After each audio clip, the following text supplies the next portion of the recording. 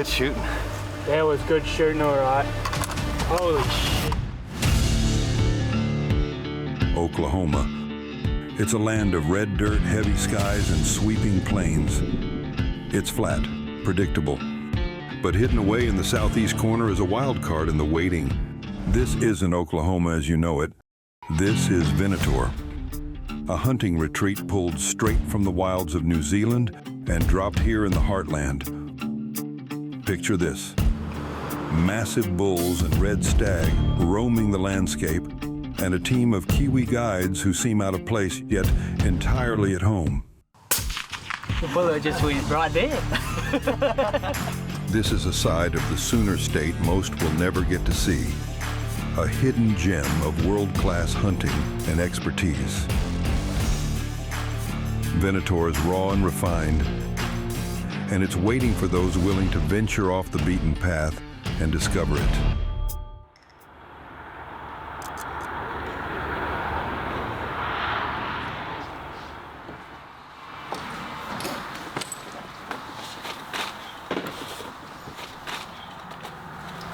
All right, so we are loading up to go to Oklahoma, do a hunt. We've got a partner down there that has a great property, wants to introduce us to.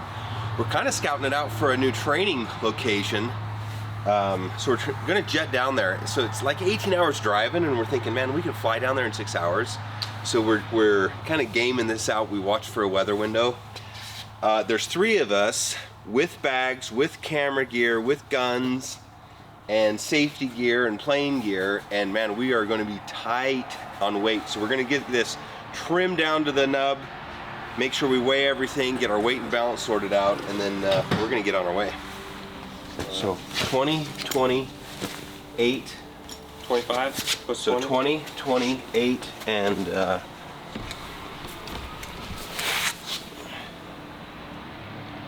16. I guess the only challenge with flying here is you got to make weight. So we got to be real careful what we take. So slip case, no hard case, no thermal binos, you know, luxury items got to stay back. All right, we got to get the gas right. We're going to do 2 legs. We can't run full fuel because of the weight, so we're gonna make it about 3.5 hours down the road, and we'll stop for fuel. That's about northwestern Kansas, and then after we hit that, straight shot down to Oklahoma, another 3 hours, and we'll be in business.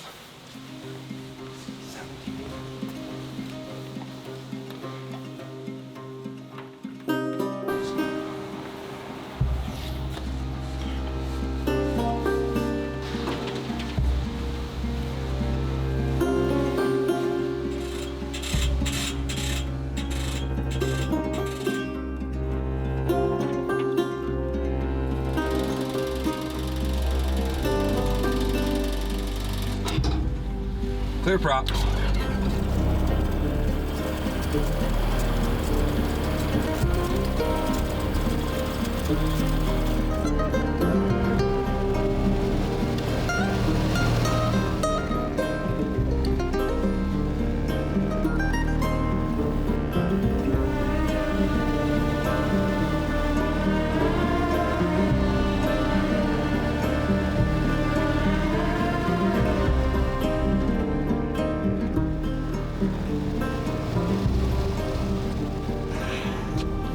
Pit stop.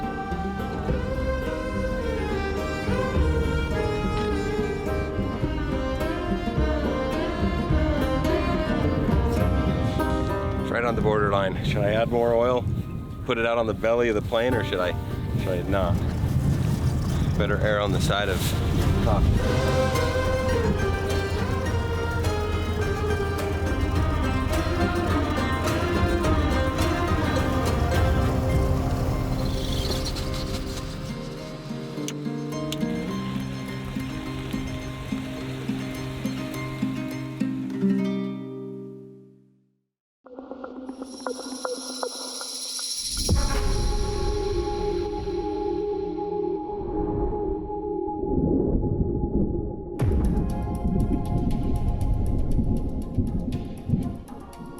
such a big area and so vast. I love it. It's pretty cool.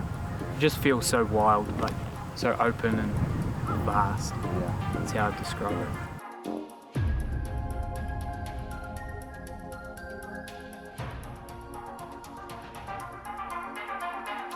Just like being outside. Yep, outside enjoying this. Sort of the country not many people get to see, and people you meet, animals you chase. It's just a perfect job for me, eh? Yeah.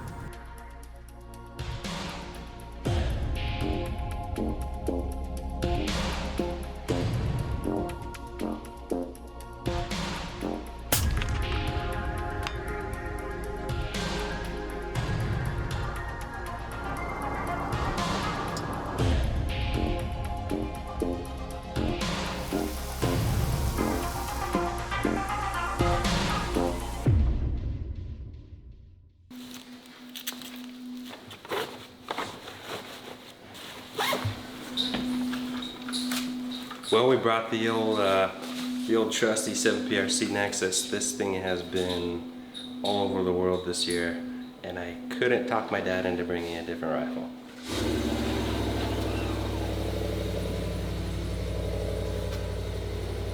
I love importing you guys from New Zealand to run the guiding. Yeah. I think that's so fun. I think that the guide, the professional hunter staff, can be one of the main attractions of a venue. Yeah, I think so. I mean, the animals are great, fine, but the environment that you guys are able to create is what actually brings people back. Yeah.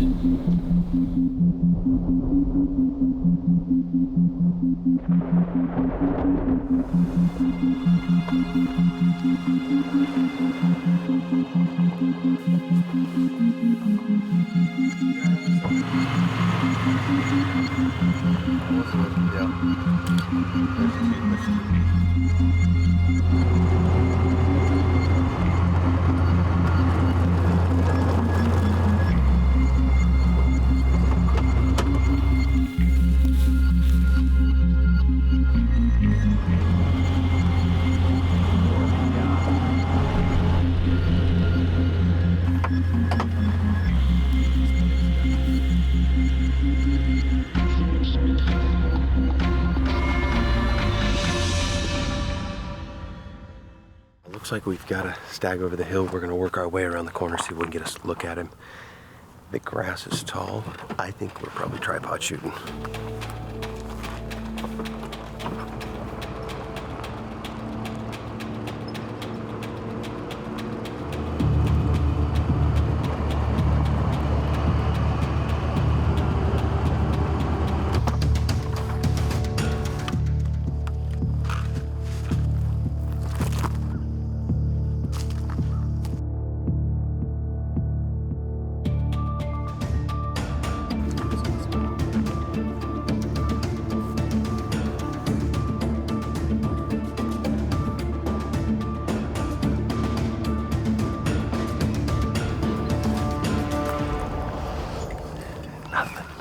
Skunk. We'll keep going. Keep going, try another area.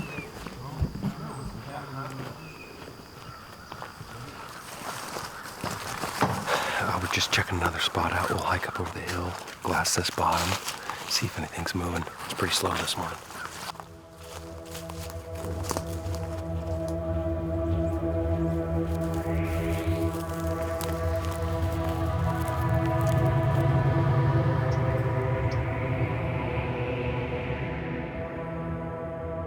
This area here is 6,000 acres. You can see all the different terrain. We've gone through it this morning, covered maybe 6,000 on the map. on the map, exactly, yeah, so that doesn't account for all of this. But it changes so much, eh?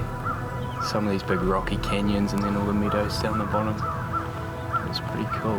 Just keep going around, go down towards the south end of the property now. Have a look.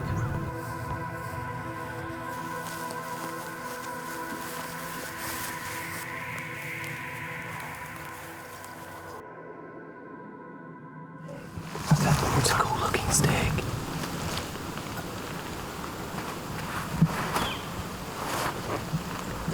We got an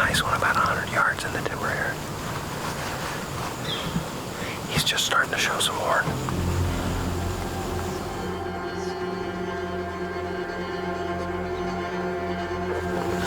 You might cut around through these trees.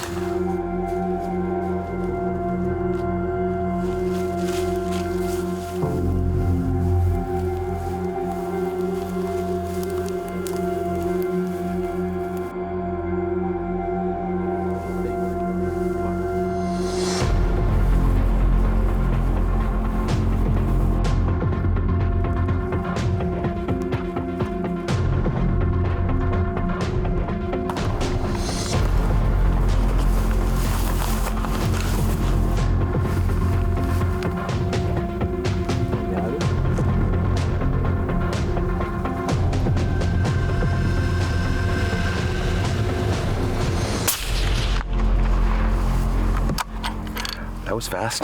Kind of like that jump shooting. Unsupported is a little different shot for me, but usually I'm trying to get prone. Gotta trim all the variables out.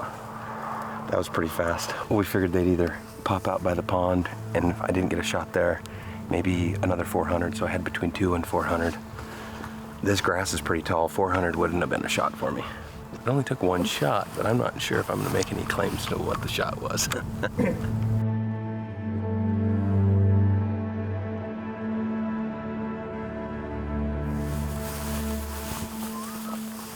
I think that split on the front is the coolest feature on this thing. Isn't that cool? That's like a. He's got whale tails on the. Oh, look at his crowns, man. Hey, that was really fun. That was a fantastic Thanks for day. putting that on, doing the work. That was shot. great. Thanks, buddy. Has a classic. Besides the bit of extra there, but he's got a real nice classic shape. And he's old. Oh, for sure. Look at the nick on him. I had some pressure on the trigger when he was running. Yeah. I'm like, ooh, I'm gonna roll him. And I said, you know what? I'm just gonna wait. I think that is really freaking cool. Yeah, matching, eh? It's funny how different it is than elk. Yeah. Like, it really is cool. Yeah. Completely different, eh? Yeah, the hair, the color, horn. He's quite big bodied, Yeah, this one. I think so. I think as this red deer herd develops here on this property, I think you're gonna see bigger bodies. Yeah. I think the feed and I think the milder winters, what I've noticed, like you go north where we're at, those cold winters just really take a toll on those bulls. Yeah. So from main beam length, would this be considered average? Yeah, above average. That's probably the 41 or 42 inches, I'd say. To there. biggest difference. Is we're looking for an elk that's 50 inches plus, right, on a main beam. They don't put it into the length because it just hits this spot and it goes dark. Yeah. Super dark right here, and then it comes back. Same there, right? Oh, that's cool.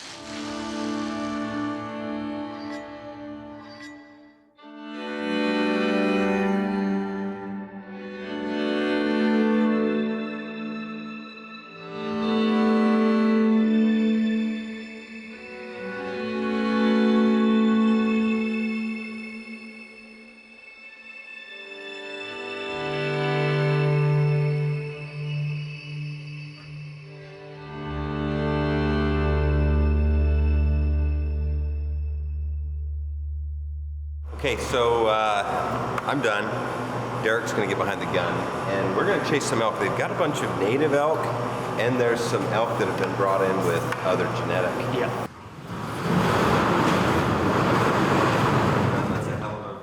These look a lot more like our elk back home in Wyoming. And these look crazy big. Yeah. So this is 500-inch elk. What's the main name of that? 70 inches? Yeah, mid-60s, 63 or 64 inches, I think. So this would be This one here, so here was one that was in Here on here the ranch. originally. So we've got some pretty cool. Yeah, native these are great. genetics. These are great as well. Well, I hope we see some animals moving this afternoon. I hope so, It was hopefully. hard this morning. It was hard, but yeah, hopefully they'll come out early and feed up before the storm comes in. And then we can just sit around while it rains like crazy tomorrow and instead of out watching Derek hunt while we sit in the car. And Yeah, get soaking wet.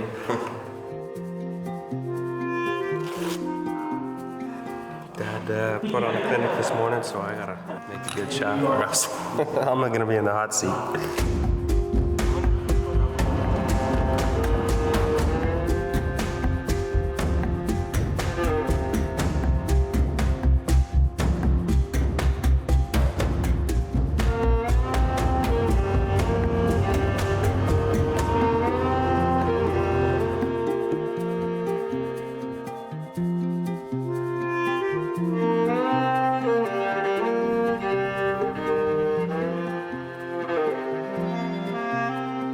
First time to Oklahoma, and it is nothing like I thought. I was thinking flatlands, but we've actually got a lot of tree coverage and rolly hills. Dad shot a good stag this morning, and I'm up for elk. It's getting dark here, and I think tomorrow we're gonna have a chance of rain, so it's gonna be tough.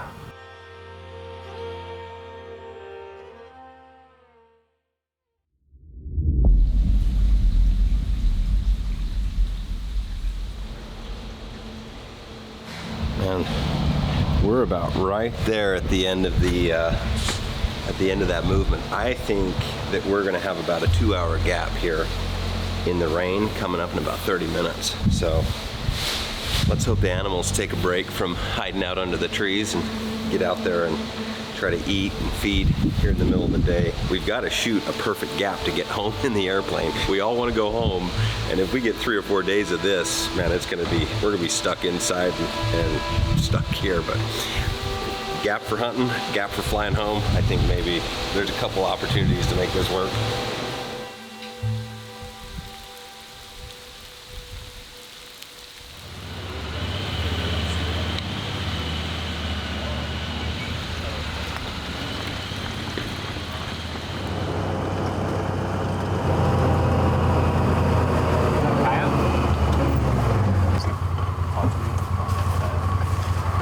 Gonna let you shoot at coyotes. I don't know why you gave me the gun. Coyote, too slow though. Oh shit, what is that? Oh, there. Oh, Derek. That's you, buddy. I thought we were talking coyote.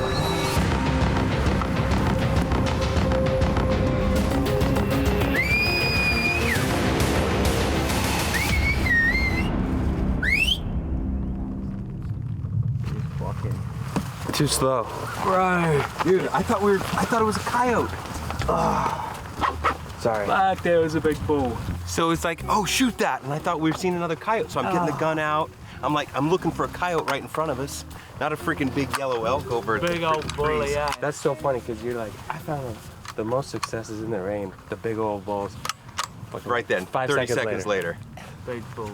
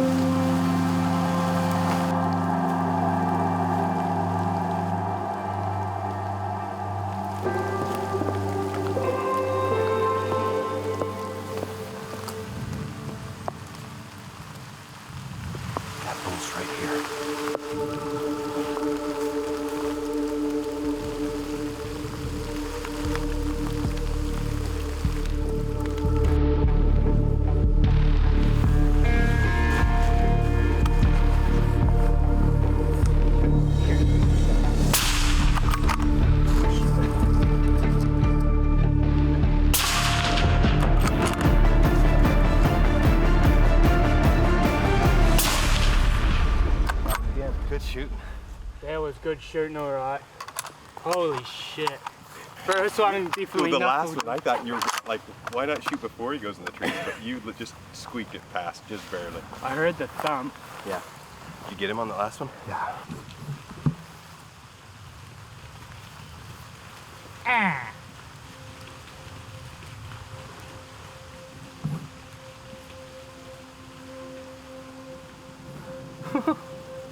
Insane. That was fast. This was really fun this morning. Like the guys back at camp said, no way, you're not gonna have any luck. And we cruised up on top of one of those high ridges and we bumped this bull bedded out in a field, like on the ridge top, and he just popped up and just took off. Spooky as hell. That's the first elk we've seen here in 3 days of looking. Let's hope Derek made a good shot on that second one.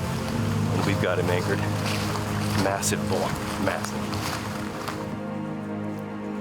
That happened so fast. I thought he was saying the red deer were right there. He's like, no, bull. We just seen his tips right over the tall grass there. And I thought he was gonna dart up to the right, but he darted to the left and Pop said shoot him, so got him.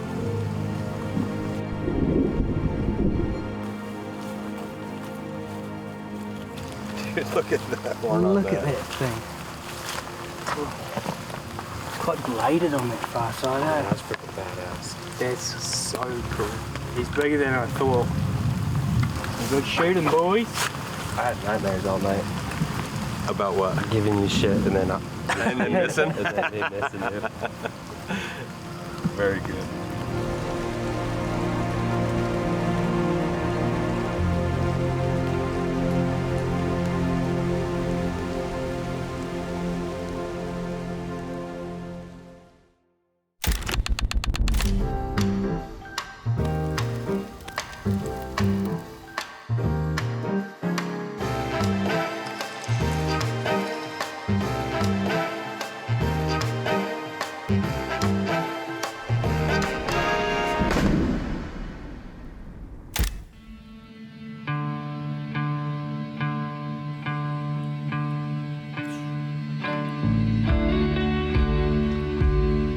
The thing a lot of guys don't realize is how much the gun moves before the bullet leaves.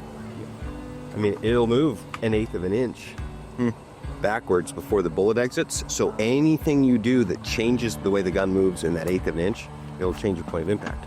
So you just want to be in there. You kind of want to be interface, but you want to kind of gun do its thing the same every time.